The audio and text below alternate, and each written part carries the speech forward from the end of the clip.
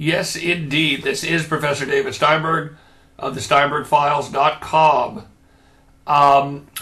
Katie Lied is the name of a Steely Dan album. It's also the lyrics to a song called Dr. Wu. Katie lies. You could see it in her eyes, but imagine my surprise when I saw you, and so on. Just replace the name Katie with Candy Crowley, and you pretty much have the story of the second presidential debate. I had posted the day before the debate precisely how Candy Crowley was going to throw the debate for President Obama. I will cite to it here. Cite to my earlier post. She had said she was going to throw the debate for Obama, and she did. After all, keep in mind our esteemed quote-unquote journalist, quote-unquote moderator, had previously referred to Republicans as, quote, a conservative bunch of white guys who want to protect big oil. Well, she certainly threw the white guy at the debate under the bus. I'm sure her co-workers at CNN are extremely proud. Most of us in America who still have this idea of objective journalism find it to be a complete disgrace. All of the, the number of times that Ms. Crowley interjected herself in order to throw the debate for Obama, including giving him the last word. And it was quite clear from his presentation that Obama knew he was going to get the last word. It would take me an hour, but let's just focus on one of them, which is discussed in detail in the UK Telegraph. You see, they still actually have Ms. Crowley. They still actually have journalists in the UK. You should stay in the United States, because I don't think you would be able to work there. They actually report facts, not propaganda. UK Telegraph, which again I will link to.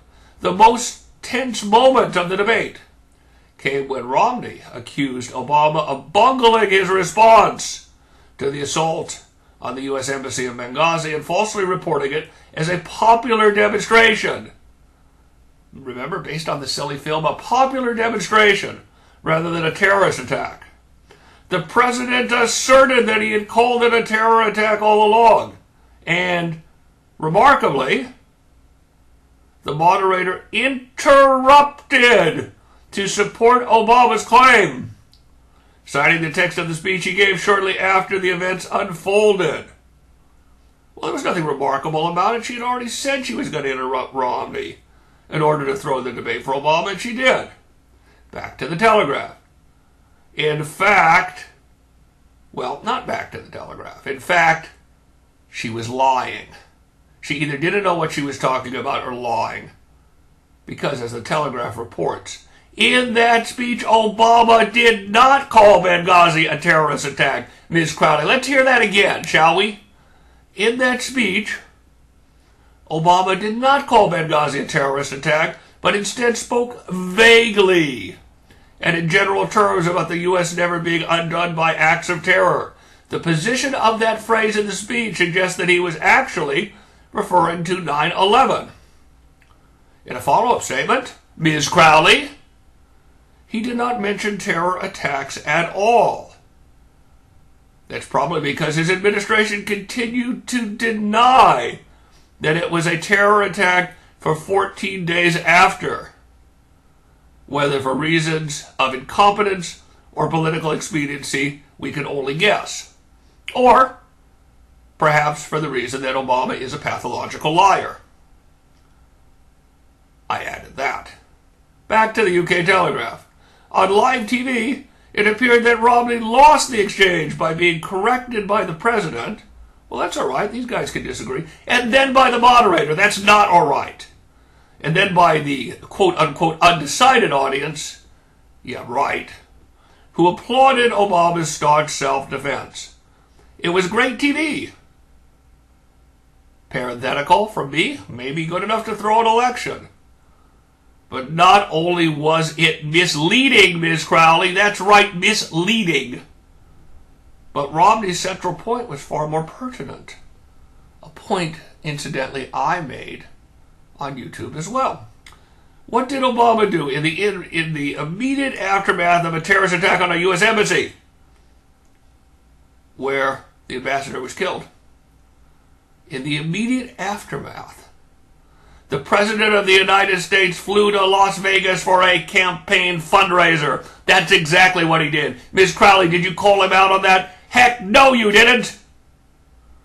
It begs the question, what would it take to get Obama to cancel a fundraiser? World War III? No.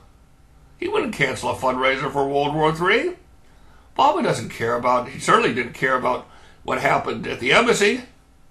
He doesn't care about this country. Obama cares about Obama. If you haven't figured that out by now, well, I hope you do by the time of the election. No, Obama wasn't going to cancel a fundraiser.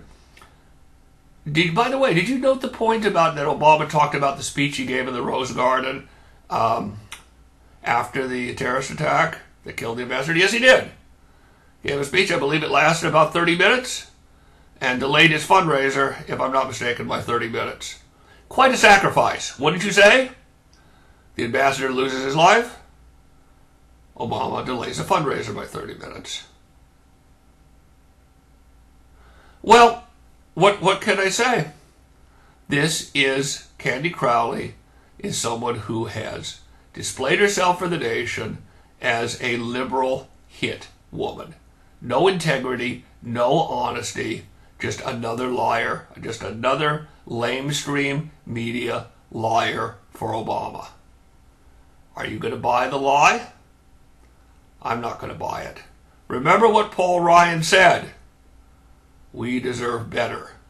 We deserve better than lying Obama, and we deserve better than lying Candy Crowley. This is Professor David Steinberg.